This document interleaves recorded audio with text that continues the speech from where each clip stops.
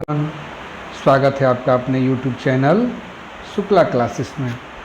पिछले वीडियो में हम लोगों ने जो चैप्टर 3 है हमारा, जिसका नाम है उष्मा, उसके भीतर जो पॉइंट्स आते हैं उसका हम लोगों ने अच्छे तरीके से अध्ययन किया। उष्मा क्या है, उष्मा एक सिरे से दूसरे सिरे तक कैसे जाती है, उष्मा कहाँ से प्राप्त होती है, उष्मा के क्या क्या उपयोग हैं, फिर स्थल समीर, समुद्र समीर, इन तमाम चीज़ों के बारे में हमने इस पाठ के अंदर पढ़ा है। अब बारी आती है इसके अभ्यास प्रश्न की। तो आइए चलते हैं अब हम लोग इसके अभ्यास प्रश्न की तरफ। इसके सभी प्रश्नों को बारी बारी से हल भी करते रहेंगे और उसको समझते भी रहेंगे। लेकिन मैं आप लोगों से यही कहना चाहूँगा कि आप लोग इस अभ्यास प्रश्नोत्तर को बनाने से पहले जो पिछली वीडियो में हमने बताया है उष्मा के बारे में, उसको आप लोग एक बार ध्यान से उसको पढ़ लीजिए, उस वीडियो को देख लीजिए और उसको समझने के बाद ही इस अभ्यास प्रश्न पे आप लोग आइए। इससे फ़ायदा क्या होगा कि जो भी आप प्रश्न देखेंगे इस किताब में, उन सभी का उत्तर उस जो व्याख्या किया गया है पाठ का, उसके भीतर कहीं ना कहीं आपको मिल जाएंगे। इससे आपके अंदर क्या होगा, स्वयं से प्रश्न बनाने को, प्रश्न को हल करने की क्षमता आपके अंदर विकसित हो जाएगी यदि आप लोग ध्यान से इसको बार बार देखते हैं। एक वीडियो को एक बार देखिए, नहीं समझ में आए दूसरी बार देखिए, तीसरी बार देखिए, तो एक समय ऐसा आएगा कि आपको पूरा चैप्टर इस वीडियो को देखने से ही याद हो जाएगा और आप जो है इसके अभ्यास प्रश्न जो भी हैं उसको आप लोग आसानी से बना लेंगे। ठीक है, चलते हैं अब हम लोग प्रश्न की तरफ और लेते हैं आज का पहला प्रश्न। आज का पहला प्रश्न इस प्रकार है, प्रयोगशाला तापमापी तथा डॉक्टरी थर्मामीटर यानी डॉक्टरी तापमापी के बीच समानताएं तथा अंतर लिखिए। यानी कि जो हमारा डॉक्टरी थर्मामीटर होता है और प्रयोगशाला थर्मामीटर होता है, उन दोनों में क्या क्या समानताएं हैं, उन दोनों में क्या क्या अंतर है, इस प्रश्न में हम लोगों को यही लिखना है। मैंने जब पढ़ाया था डॉक्टरी थर्मामीटर और उसी के साथ मैंने प्रयोगशाला थर्मामीटर को भी पढ़ाया था, उसका मैंने पिक्चर भी आप लोग को दिखाया था और बताया भी था। दोनों थर्मामीटर जो हैं एक ही सिद्धांत पे काम करते हैं। किस पे काम करते हैं? एक ही सिद्धांत पे, यानी उनको यूज करने का तरीका एक ही जैसा है, वह एक ही जैसे रीडिंग को क्या करते हैं बताते हैं। दूसरा है, दोनों का उपयोग तापमान मापने के लिए किया जाता है, यानी दोनों थर्मामीटर ताप ही मापते हैं, बशर्ते उनका जगह अलग हो सकता है। जिसका ताप माप सकते हैं वो चीज़ दूसरी हो सकती है। डॉक्टरी थर्मामीटर में तो हम लोग क्या करते हैं, केवल और केवल मानव शरीर का तापमान मापते हैं, लेकिन प्रयोगशाला तापमापी में हम किसी भी वस्तु का ताप मापते हैं। ठीक। तीसरा समानता क्या है कि दोनों में एक मोटी दीवार वाली कांच की नली होती है जो एक महीन पतली नली से जुड़ती है। मैंने दिखाया भी था कि एक मोटी नली थी, उसके भीतर एक पतली सी नली थी। मैंने बताया था कि उसी पतली नली के भीतर क्या भरा जाता है, पारा। द्रव रूप में चूँकि पारा होता है तो उस पारे को उस पतली सी नली में डाल दिया जाता है। ठीक है। अगला है, तापमान मापने के लिए दोनों थर्मामीटर में पारे का उपयोग किया जाता है। मैंने भी बताया दोनों में सेल्सियस और फ़ारेनहाइट में तापमान क्या होता है, अंकित होता है। डिग्री सेंटीग्रेड में होगा या फ़ारेनहाइट में होगा। दोनों क्या हैं, यह ताप मापने की इकाई है, यूनिट है, ताप का इकाई है। ठीक, ये तो रहा हमारा समानता। अब चलते हैं इसके अंतर वाले भाग में। आइए देखते हैं अंतर क्या है। तो सबसे पहला अंतर यही है कि जो प्रयोगशाला तापमापी है उसका उपयोग हम कहाँ करते हैं, कारखानों में या प्रयोगशाला में। किसके लिए, विभिन्न वस्तुओं के टेम्परेचर को मापने के लिए उसका हम लोग क्या करते हैं, उपयोग करते हैं। जबकि जो हमारा डॉक्टरी थर्मामीटर है क्लिनिकल थर्मामीटर, उससे हम केवल क्या करते हैं, केवल मनुष्यों का ताप हम मापते हैं। ठीक, दूसरा अंतर देखते हैं।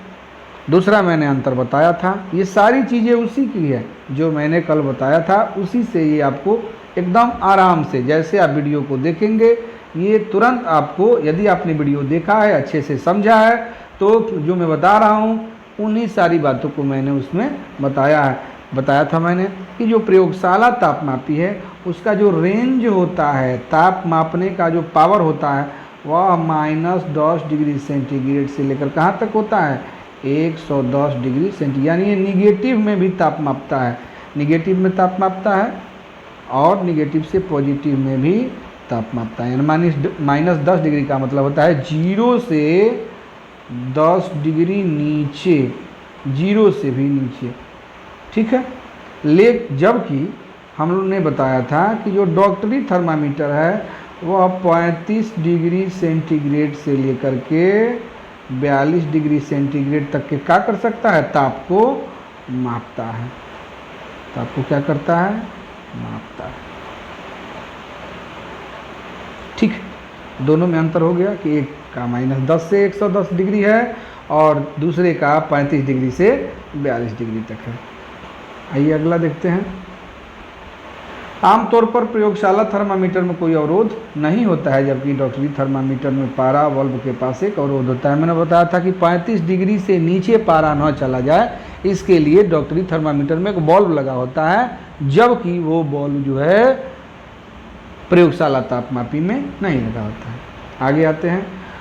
मान लेते समय प्रयोगशाला थर्मामीटर को सीधा रखना पड़ता है, जबकि डॉक्टरी थर्मामीटर को झुकाया जा सकता है। ये मैंने नहीं बताया था, ये चूँकि हम लोग जब यूज करते हैं तो हमारे यूज पर निर्भर है। ठीक है, कभी कभी हम लोग थर्मामीटर को सीधा भी रख के नाम मापते हैं। मनुष्य का यदि टेम्परेचर मापना हो तो मुंह में डाल करके सीधा डाल लेते हैं, या दोनों हाथ के, और ये जो मेरा हम लोग का पोर्शन है जिसको हम लोग कांख बोलते हैं, उसमें यदि हम लोग दबाते हैं तो थर्मामीटर नीचे की तरफ चला जाता है। कभी कभी थर्मामीटर को मतलब कि कहने का ये तात्पर्य कि हम लोग जो डॉक्टरी थर्मामीटर होता है उसको किसी प्रकार से आड़ा, तिरछा, लंबा, सीधा, लेटा, जैसे भी हम चाहें वैसे यूज कर सकते हैं। लेकिन जो हमारा प्रयोगशाला तापमापी है उसको केवल और केवल सीधा रख के ही हमको मान निकालना पड़ता है। ठीक है, तो ये था हमारे पहले प्रश्न का उत्तर। तो एक बार मैं इसको ऐसे कर दे रहा हूँ, आप लोग इसका स्क्रीनशॉट ले लीजिए, और स्क्रीनशॉट लेने से ये फ़ायदा होगा कि इसे आप अपनी कॉपी में अच्छे से नोट्स बना सकते हैं, इसको लिख सकते हैं। ठीक है, आइए अगले प्रश्न की तरफ बढ़ते हैं, जो है हमारा आज का दूसरा प्रश्न। दूसरा प्रश्न हमारा है, ऊष्मा चालक तथा ऊष्मारोधी प्रत्येक के 2 उदाहरण दीजिए। 2 उदाहरण देना है यार, नहीं, ऊष्मा चालक का, ऊष्मारोधी का। मैंने जिस पाठ को पढ़ाया था उसमें बताया था कि ऊष्मारोधी क्या होता है, ऊष्मा चालक। तो पहले ऊष्मा चालक के बारे में जान लेते हैं। ऊष्मा चालक से हमारा तात्पर्य उन वस्तुओं से है, उन चीज़ों से है जिनके एक सिरे में यदि ऊष्मा प्रवाहित करें तो आसानी से दूसरे सिरे तक ऊष्मा पहुंच जाती है। तो वैसे वस्तुओं को, वैसे पदार्थों को, वैसे चीज़ों को हम लोग ऊष्मा का चालक कहते हैं। ऐसे जो हैं धातुएं जो होती हैं, हमें बहुत सारी, लगभग सभी धातुएं, लगभग का मतलब हम कह सकते हैं 100% में मान लेते हैं कि 99.9% धातुएं जो होती हैं क्या होती हैं, विद्युत की, सॉरी, ऊष्मा की चालक होती है। एक सिरे को गर्म करेंगे दूसरा सिरा अपने आप गर्म हो जाएगा। क्यों? क्योंकि ऊष्मा का स्थानांतरण इसके एक सिरे से लेकर के दूसरे सिरे तक हो जाता है। तो उनमें मैंने बताया था तांबा, एल्युमिनियम, लोहा, उसमें और भी चीज़ आप जोड़ सकते हैं, सोना है, चांदी है, पीतल है, ठीक है, या क्या बोलते हैं हम लोग के घर का जो बर्तन होता है स्टील है। ये सब क्या है, ये सब जो हैं ऊष्मा के चालक यानी सुचालक में आते हैं।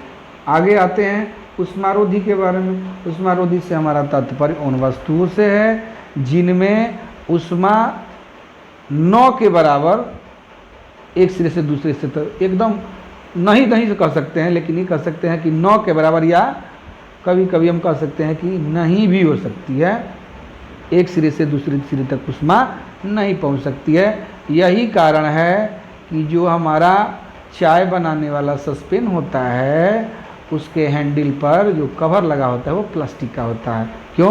क्यों प्लास्टिक जो है वो क्या है, ऊष्मा का रोधी है, यानी ऊष्मा रोधी है। फिर मैंने कल लकड़ी के बारे में बताया था कि लकड़ी क्या करता है, जब हम लोग तवा खरीदते हैं तो तवा हमारा, इस समय तो बहुत ही प्रकार के तवा आ गए हैं, एल्युमिनियम का तवा, पहले मिट्टी का, लोग कहते थे कि मिट्टी का तवा है, लोहे का पहले तवा होता था काला रंग का, अब तो लोग कहता है कि ये फ्लैट तवा है, तो ये क्या बोलते हैं इंडक्शन तवा है। यानी तवा कोई भी हो, लेकिन उसका जो हैंडल होता है उस पर जो कवर लगा होता है उसको पकड़ने के लिए हमेशा प्लास्टिक या लकड़ी का ही बनाया जाता है। कारण ये कि लकड़ी और प्लास्टिक जो है ऊष्मा का रोधी है। और भी मैंने बताया था, रबर के भी बारे में बताया था, लेकिन एक दो बात और की है कि पानी और हवा भी ऊष्मा का रोधी है। ठीक, अब आइए चलते हैं अगले प्रश्न की तरफ। अगला प्रश्न है हमारा, रिक्त स्थान की पूर्ति कीजिए। यानी जो खाली स्थान है उसको हमको क्या करना है, भरना है। लेकिन इसमें कोई हिंट हमको नहीं दिया है, आप इस चैप्टर को पढ़िए और इसको आसानी से भरिए। तो पहला हमारा है, कोई वस्तु कितनी गर्म है इसकी जानकारी हमें कैसे प्राप्त होगी। तो जब हम इसके ताप को मापेंगे, किससे, ताप मापी, यानी थर्मामीटर द्वारा प्राप्त होती है। तो पहले में क्या भर लेंगे, पहले में भर लेंगे थर्मामीटर। फिर दूसरा है, उबलते हुए पानी का ताप तापमापी से नहीं मापा जा सकता। तो कौन से तापमापी से नहीं मापा जा सकता, तो इस दूसरे वाले में हम भर देंगे डॉक्टरी। क्या भर देंगे, डॉक्टरी। फिर हमारा गौ नंबर है, ताप को डिग्री, इसमें भर देंगे हम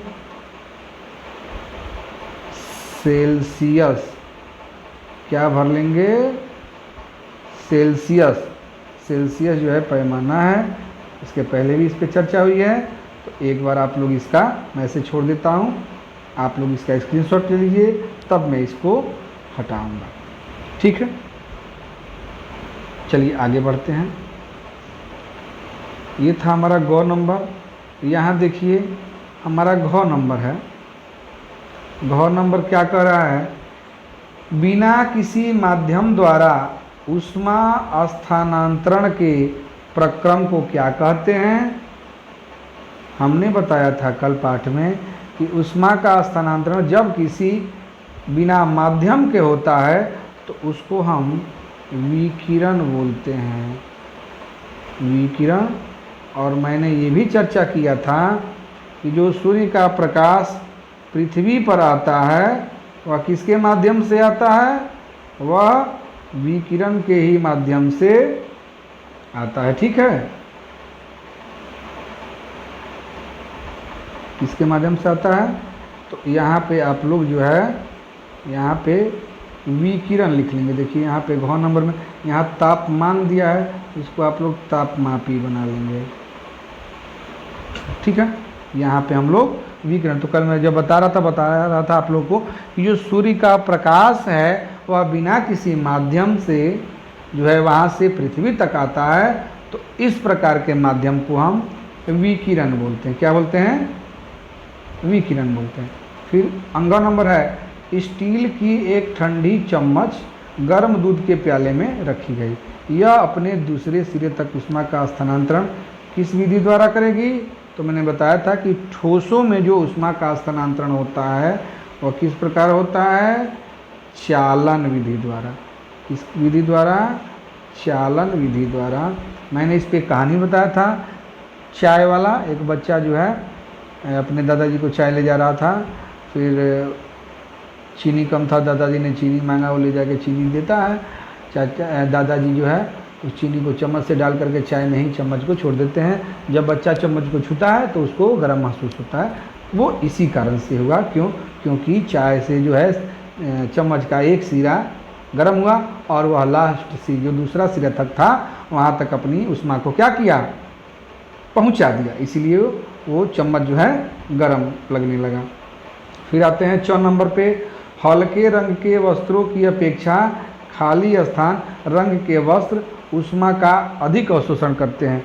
ठीक है, हल्के रंग यानी सफ़ेद वगैरह जो रंग होते हैं यह ऊष्मा को बहुत कम, लेकिन जो गहरे रंग होते हैं, गहरे रंग हम कह सकते हैं या रंगीन कह सकते हैं, बहुत ज़्यादा रंगीन, वो क्या करते हैं, ऊष्मा का ज़्यादा अवशोषण करते हैं।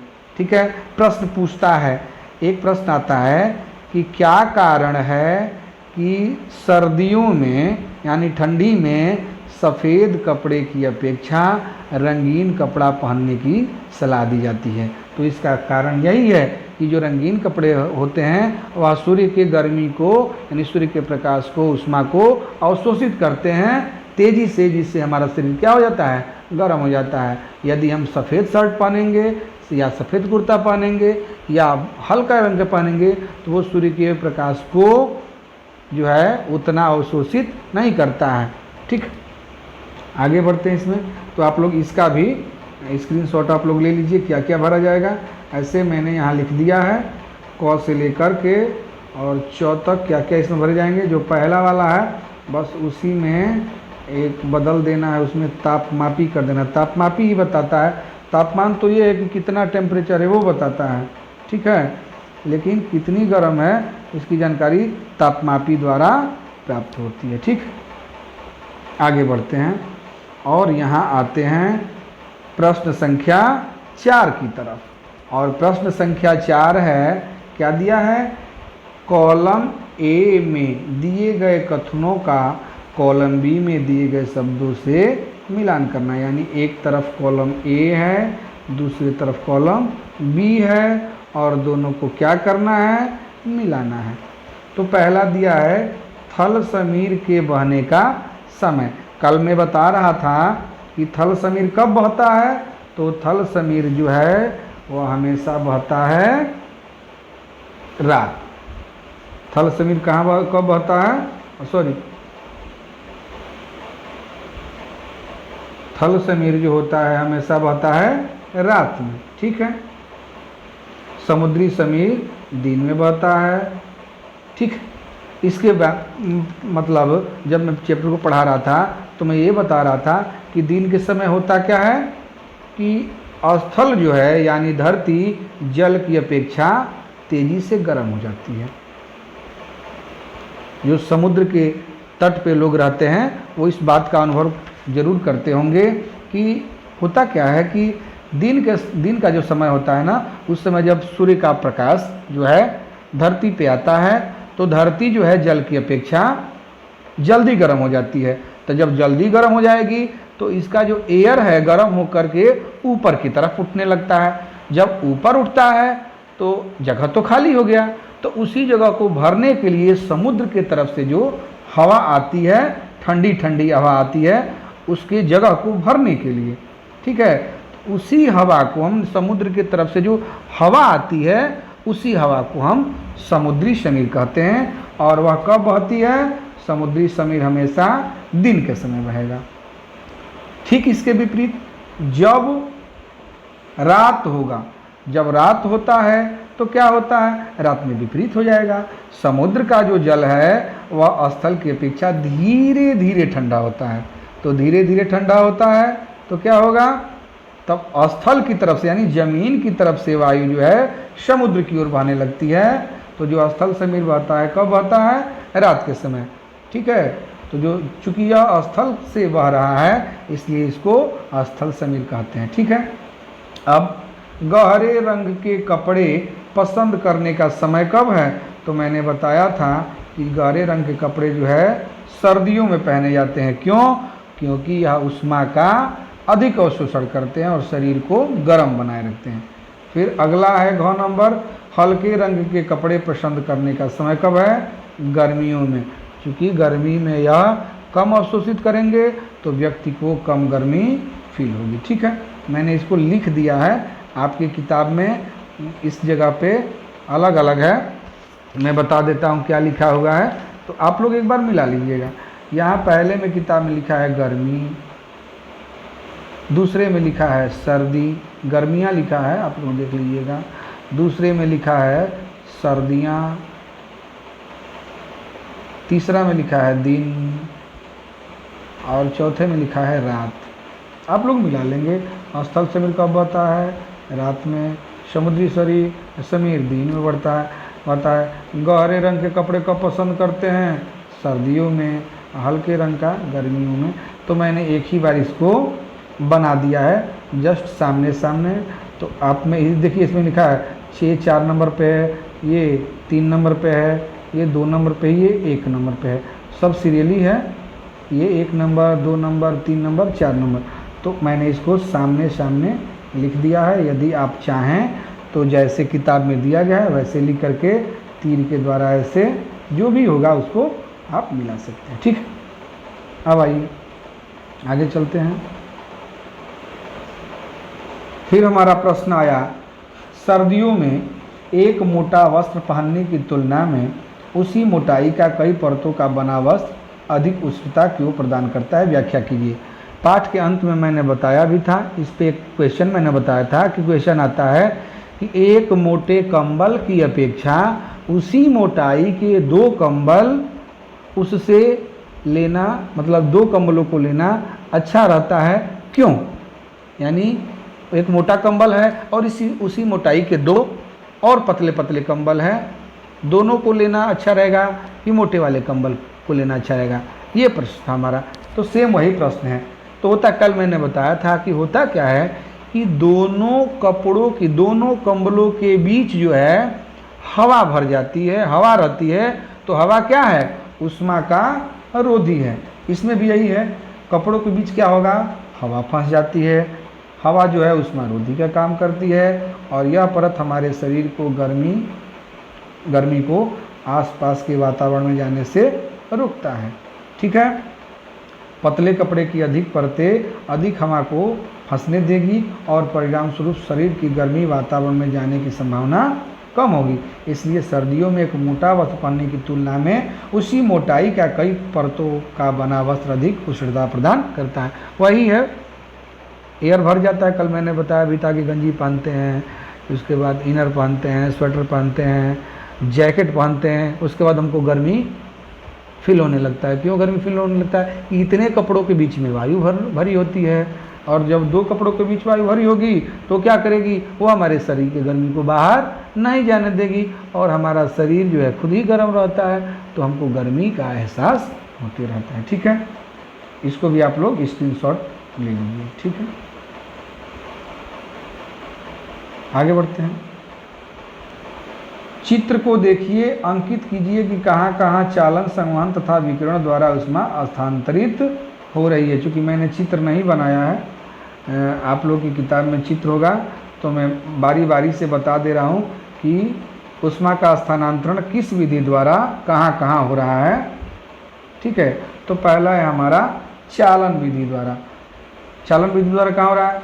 बर्तन की तली से पूरे बर्तन में ऊष्मा का पहुंचना। ठीक है, जो हमारा ये बर्तन है, तो जब बर्तन को हम लोग गर्म कर रहे हैं, देखिए इसमें भी हैंडल है, इसमें हैंडल मैं इधर बना दे रहा हूँ, इसमें हैंडल ऐसे है, इसको जो है रखा गया है, ध्यान दीजिएगा ऐसे। ये हमारा स्टैंड है और ये हमारा मान लीजिए कि एक आग जलाने का यंत्र है, इसको मैं ऐसे से आग जला दे रहा हूँ। ये इस पे इसको रख दिया गया है। ठीक है, तो जैसे ही यहाँ से आग जा रही है, यहाँ के माध्यम से फैल रही है और इसके तली में आग जो है, ऊष्मा जो है वह जाएगी। तो चालन द्वारा कहाँ कहाँ ऊष्मा पहुँचेगी? तो बर्तन की तली से पूरे बर्तन में। चूँकि अब बर्तन जो है वह किस चीज़ का बना हुआ है? यह जो है बना हुआ है ठोस मटेरियल्स है। तो ठोस मटेरियल्स में आप लोग कभी कभी देखते होंगे, यदि मान लीजिए आपके घर में दूध चढ़ाया हुआ है, आप जो है कपड़ा नहीं लिए और गर्म दूध उबल करके गिरने लगा, तो आप इसको पकड़ के उतारते हैं यहाँ से और सबका हाथ क्या हो जाता है, जल जाता है। गर्मी तो तली में दी गई, लेकिन ये कैसे गर्म हो गया, तो वो हुआ चालन विधि द्वारा। ठीक है। फिर दूसरा है संवहन, बर्तन के अंदर पानी का गर्म होना, यानी जब बर्तन गर्म हुआ तो वो क्या किया, वह पानी के कण को अपना उष्मा दिया, ये पानी कण ऊपर चला गया, फिर उसके बगल वाला पानी कण आया, धीरे धीरे सभी कण क्या होते गए, गर्म होकर के ऊपर की तरफ चलते गए। तो ये हो गया हमारा संवहन विधि।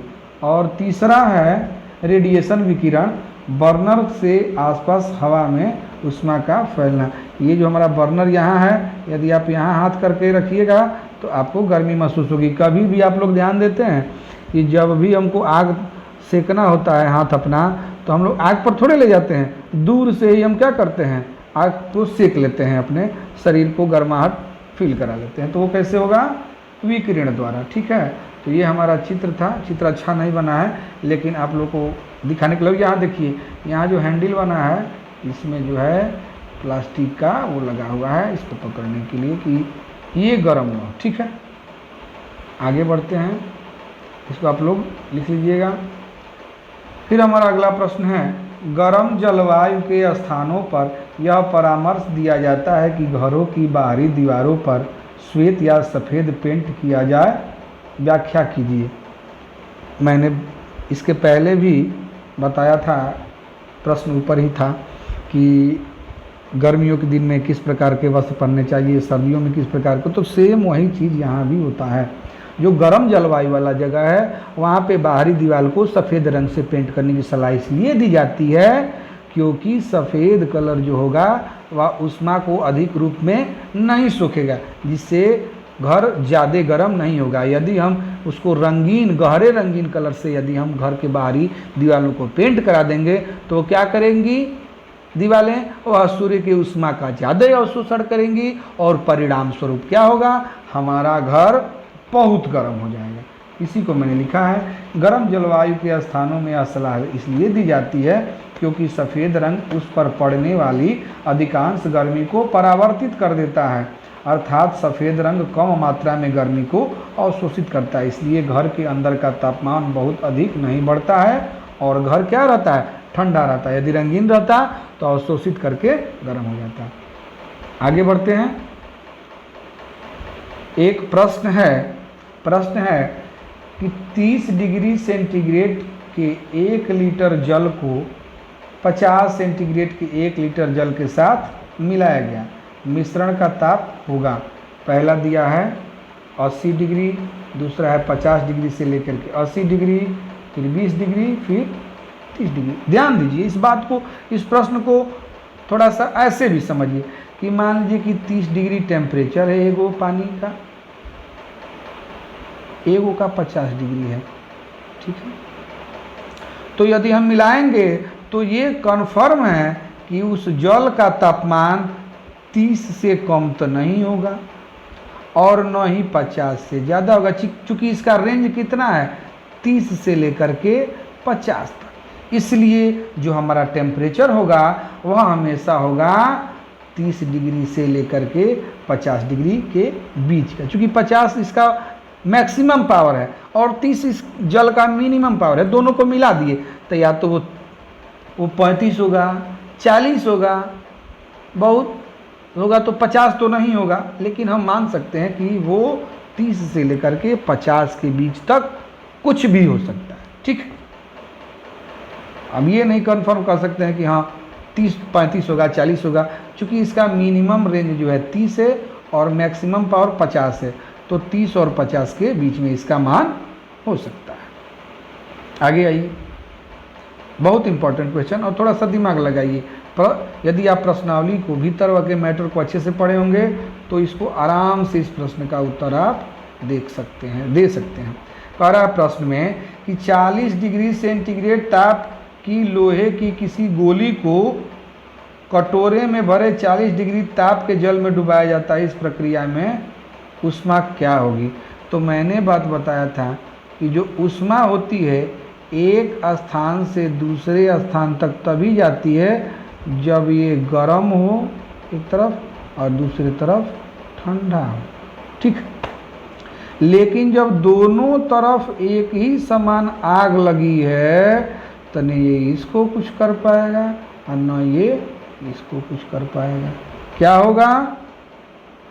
न तो लोहे की गोली से जल की ओर और न ही जल से लोहे की गोली की ओर स्थानांतरित होगी, यानी कुछ भी नहीं होगा। चूंकि दोनों का ताप समान है इसलिए ऊष्मा दोनों में से कहीं भी नहीं जाएगी, ठीक है।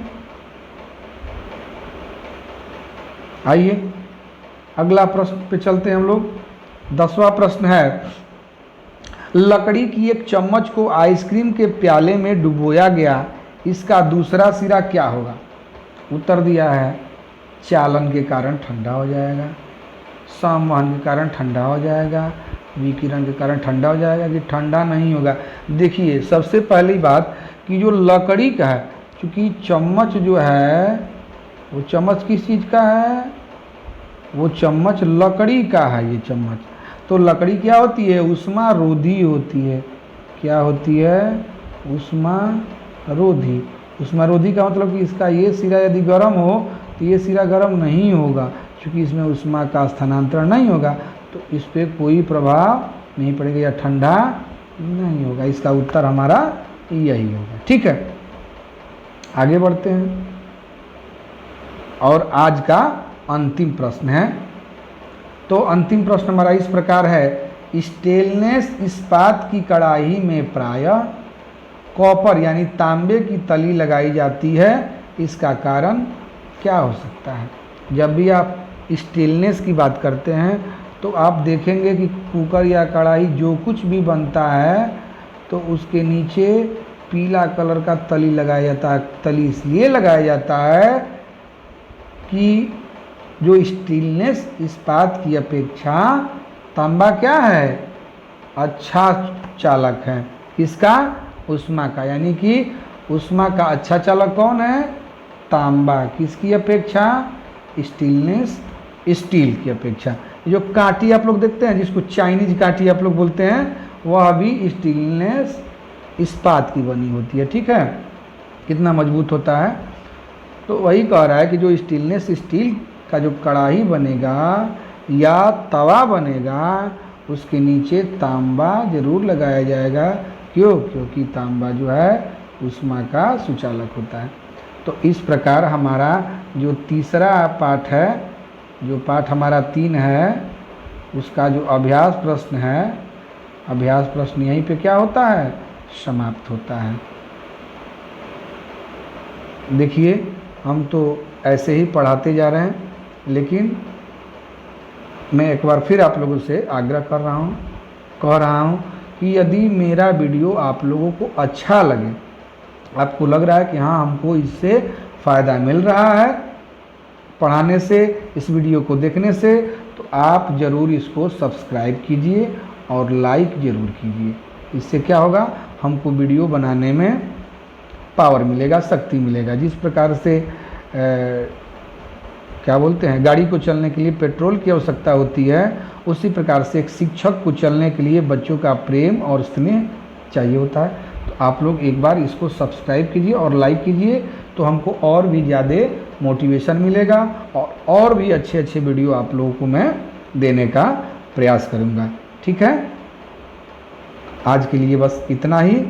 आप लोग इसका अध्ययन कीजिए, स्वस्थ रहिए, मस्त रहिए और पढ़ाई करते रहिए। धन्यवाद।